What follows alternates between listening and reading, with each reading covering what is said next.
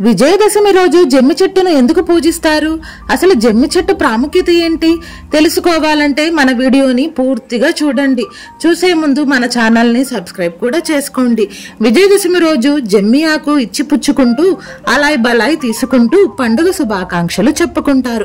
పాండవులు అజ్ఞాతంలోకి వెళ్లేటప్పుడు వారి ఆయుధాలను ఈ రోజే జమ్మి చెట్టుపై ఉంచి మళ్ళీ ఇదే రోజున అపరాజితాదేవికి పూజ చేసి తీసుకెళ్లారట. రాముడు కూడా వనవాసానికి వెళ్లేటప్పుడు జమ్మి చెట్టుకు పూజ చేశాడని పురాణాలు చెబుతున్నాయి. దీంతో యుద్ధంలో రావణునిపై రాముడు, కౌరవులపై పాండవులు విజయం సాధించారని ప్రతీతి. ఇంకా జమ్మి చెట్టు చుట్టూ తిరుగుతూ ఈ మంత్రాన్ని జపిస్తే ఖచ్చితంగా మీకు సకల శుభాలు జరుగుతాయి.